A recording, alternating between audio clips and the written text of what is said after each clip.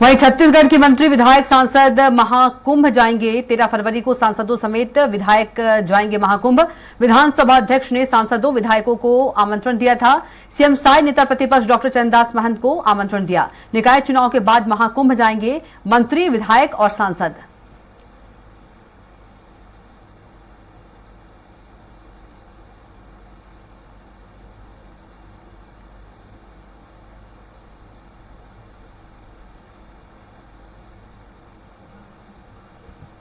तो दिल्ली की जनता ने आपदा से मुक्ति पाई है।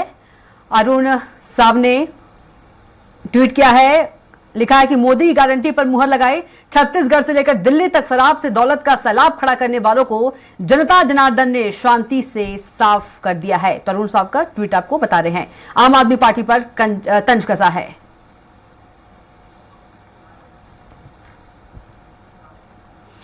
और इसी खबर पर ज्यादा जानकारी के साथ रायपुर से संवाददाता बीजेपी कार्यालय से दिलीप साहू से जुड़ गए हैं। दिलीप, देश भर में दिल्ली विधानसभा चुनाव पर जीत पर बीजेपी जो है जश्न मना रही है, वहीं रायपुर में भी जश्न मनाया जा रहा है। क्या कुछ तस्वीरें हैं, दिखाइए। जी कविता, थोड़ी देर पहले ही बीजेपी दफ्तर में हम है यहाँ पे अभी जश्न मनाए हैं ढोल नगाड़ों के साथ, क्योंकि बीजेपी के तमाम बड़े नेता प्रेस कॉन्फ्रेंस कर रहे हैं, इसलिए वो जश्न अब शांत हो चुका है।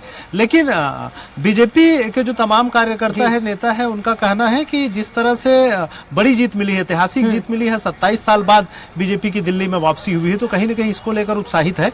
और वे इसे मोदी की सुशासन, सबका साथ, सबका विश्वास और सबका विकास के जो उद्देश्य के साथ जो काम कर रही है, उसको कहीं न कहीं दिल्ली की जनता ने मुहर लगाई है। साथ ही साथ उनका कहना है कि केजरीवाल की जो भ्रष्टाचार और उनकी जो नीति रही है, उनके खिलाफ जनता ने मुहर लगाई। तो कहीं न कहीं दिल्ली की जीत को लेकर भाजपा पूरी तरह से श्रेय भाजपा की रीति नीति और मोदी जी के सुशासन को दे रहे हैं। उनका कहना है कि मोदी जी जिस तरह से सबको साथ, सबको विश्वास लेकर, सबका साथ, सबका विकास के नारे के साथ आगे बढ़ रहे हैं, उससे कहीं न कहीं लोग उनसे प्रभावित हो रहे हैं। लगातार जिस तरह से अलग अलग प्रदेशों में बीजेपी को जीत मिली, इसकी भी सबसे बड़ी वजह यही है। और साथ ही साथ उन्होंने कांग्रेस का खाता नहीं खुलने को लेकर भी उनका कहना है कि कांग्रेस लगभग अब कालातीत पार्टी के रूप में रह गया है। लगातार उनको हार मिल रही है और उनके जो नेता है, कहीं न कहीं कांग्रेस से अब लोगों का विश्वास खत्म होता जा रहा है, इसलिए कांग्रेस की ये स्थिति हुई है।